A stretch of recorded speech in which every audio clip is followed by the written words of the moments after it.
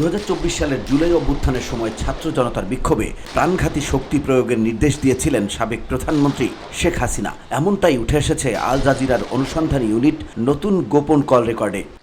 এবারে কোনো কথা নাই, এবার একবার শুরুতে দিবা বলে দেবো, ধাওয়া দেবে ভিত্তি বলিতে বলতে থাকবে।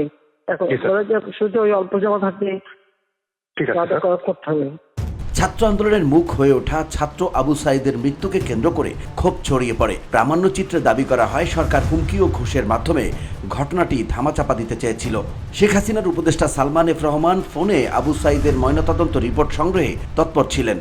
বডি পোস্টমর্টম করা হয়েছে তো রংপুর মেডিকেল করেছে, আমাদেরকে পোস্টমর্টম রিপোর্ট দিতে সময় লাগবে কেন? যদি করে থাকে লুকিচুরি কে খেলতেছে? রংপুর মেডিকেল। আল জাজিরার হাতে এসেছে এমনই গোপনে রেকর্ড করা একাধিক ফোনালাপ, যেখানে শেখ হাসিনা নিজেই ছাত্রদের ওপর গুলি চালানোর ওপেন অর্ডার দেওয়ার কথা বলছেন। শুধু তাই নয়, হেলিকপ্টার থেকে গুলি চালানোর ঘটনাও উঠে এসেছে রেকর্ডিংয়ে। প্রামাণ্যচিত্রটিতে 2024 সালের ওই আন্দোলনের সময় শেখ হাসিনার ঘনিষ্ঠ মহলের ভেতরের আলোচনা, সিদ্ধান্ত ও দমননীতির বিস্তৃত বিবরণ তুলে ধরা হয়েছে। আর যেখানে গ্যাদারিং দেখবে সেখানে ওই উপর থেকে এখন উপর থেকে পাওয়া উচিত, অলরেডি শুরু হচ্ছে কয়েকটা জায়গায়। এখন লেখা লিখবেন ব্যবহার করবে, যেখানে পাবে সেটা গুলি করবে। 3 সপ্তাহব্যাপী চলা আন্দোলনে 1500 জন নিহত হয়েছেন, 25,000-এর বেশি মানুষ আহত হয়েছে এবং সরকার দলীয় নিরাপত্তা বাহিনী 30 লাখেরও বেশি রাউন্ড গুলি ছোড়ে বলে দাবি করেছে আল জাজিরা।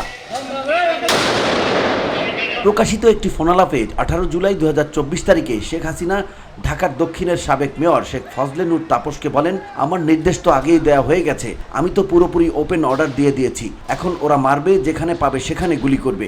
আমি তো এতদিন থামিয়ে রেখেছিলাম, আমি ছাত্রদের নিরাপত্তা নিয়ে ভাবছিলাম।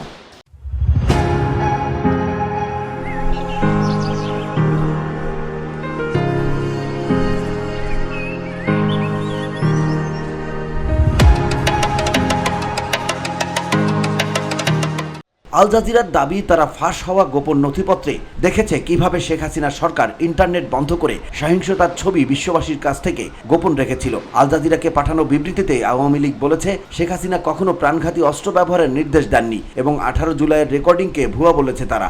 একই সঙ্গে আবু সাইদের পরিবারের আতঙ্ক নিয়ে দুঃখ প্রকাশ করলেও সরকার বাহিনীর অসদাচরণ তদন্তে শেখ হাসিনার আগ্রহ ছিল বলেও দাবি করেছে। তারা আরও জানায়, ইন্টারনেট বন্ধের কারণ ছিল আন্দোলনকারীদের ভাঙচুরে ইন্টারনেট অবকাঠামোর ক্ষতি। VOD Bangla news desk.